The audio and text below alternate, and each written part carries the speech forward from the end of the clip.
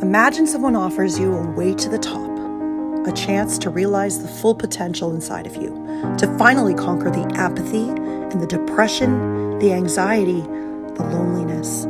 Imagine this is offered to you from someone you know, love, or even admire.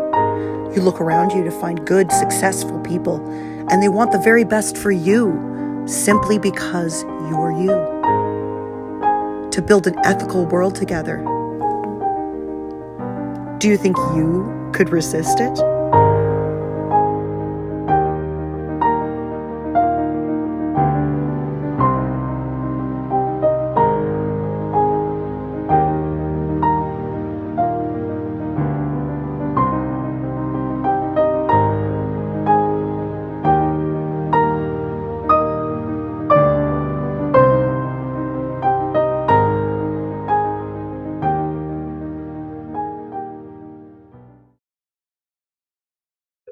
Keith Allen Raniere was born August the 26th, 1960, to James, a New York City advertiser, and Vera, a ballroom dancer. Whether by his parents or his own reckoning, he was an extremely gifted child, forming full sentences by 1 and reading by the age of 2. His parents divorced in 1968, and his father moved away, leaving him with Vera, who was said to have drank more than she should have.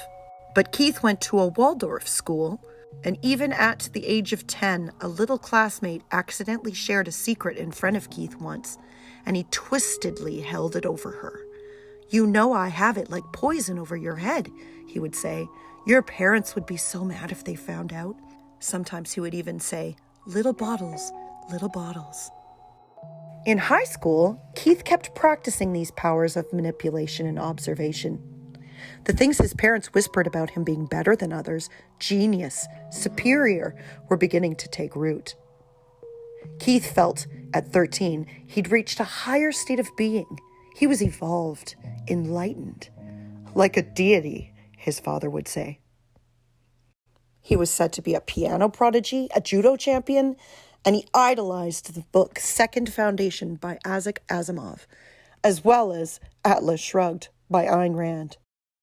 When he was 17, his mother would die. A mother he'd spent much of his childhood taking care of.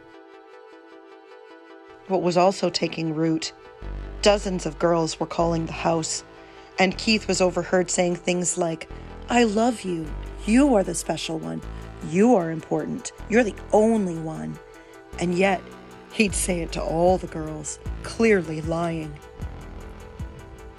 For better or for worse, Keith Raniere had a way with women. Keith would graduate 2 months early from Rensselaer Polytechnic Institute with a 2.26 GPA in 1982. Heidi Hutchinson first met Keith in 1984, sneaking out of her 15-year-old sister's bedroom window. Her sister's name was Gina. A Mormon and a friend attempted to convert Keith, but Gina had to try and detach herself from him and her religious guilt. See, what was clear already at 23 was that Keith Raniere enjoyed controlling, despoiling, and hurting young girls. The more Christ-like they treated him, the better. Keith even told Gina that she was a Buddhist goddess and she was meant to be with him. Gina would go off to India to devote herself to Buddhism, and a jealous Keith would begin to coach her on the need to take her life. He even hated her lotus tattoos. In 2002, Gina Hutchinson took her life after meeting with Keith Raniere. There were many seeds in this early life planted that would grow into vines later. Gina herself helped Keith complete his IQ test, which put him in the bracket so high he would land a spot in the Guinness Book of World Records in 1989. Hutchinson has said, if he was a genius, it was a genius in sales and manipulation. At the same time, many more young girls were being made victims of in this time. It was even said that he took some girls from the LeBaron family, a famous Mexican Mormon sect, recently involved in a shootout massacre. There would be other young victims at this time as well. One was 13 years old when Keith Raniere attacked her, and the other was 12. Keith lived a vagabond hippie life in Clifton Park when he did a stint with Amway, which, by the way, is not a good career choice. Not surprisingly, Scientology caught his interest as well, and the act of auditing would really take root. But mostly he was fascinated by neuro-linguistic programming, a pseudo-scientific approach to communication that became popular in the 1970s.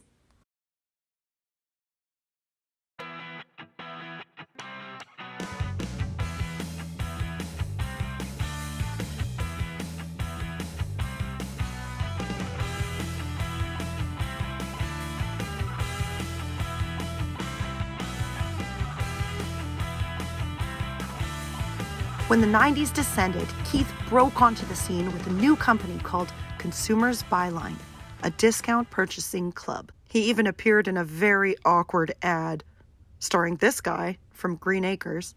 Described as a short, bowl-cut and rosy-cheeked guy bouncing on the stage, Keith Raniere threw conference-style pitches in 1991.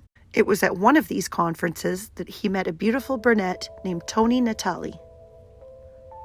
At the time, her husband had called him the most intelligent man in the world. After spending 2 hours in a private session with him, Toni says he caused her to quit smoking just by massaging her knuckles. She said she could listen to him talk all night long. He had an intense and personal exploration of people, and a way of making you feel that you were the only one that mattered. Keith eventually convinced Toni that her husband was cheating on her with the nanny, so she divorced, moved her young son to Albany, and lived with Keith. Keith's Starr should have been on the rise. He reported $1 billion in goods sold, 80 employees, and that he was worth a cool $50 million. But in truth, by 1983, Keith carried no cash. He slept all day and sometimes held meetings at 1 a.m.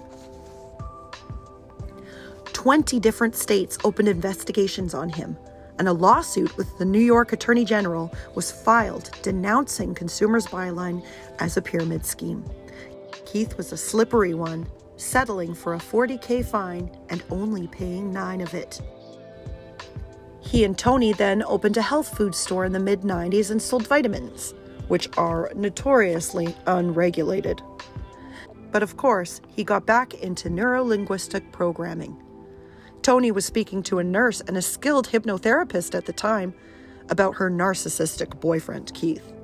The nurse said, "Oh, I can tell you right now, he's a sociopath." And she took Keith to the cafe behind the health food store. In true Ranieri style, Keith and the nurse, Nancy Salzman, emerged from the cafe eager to launch the most ambitious self-help business and pyramid scheme that we've seen yet.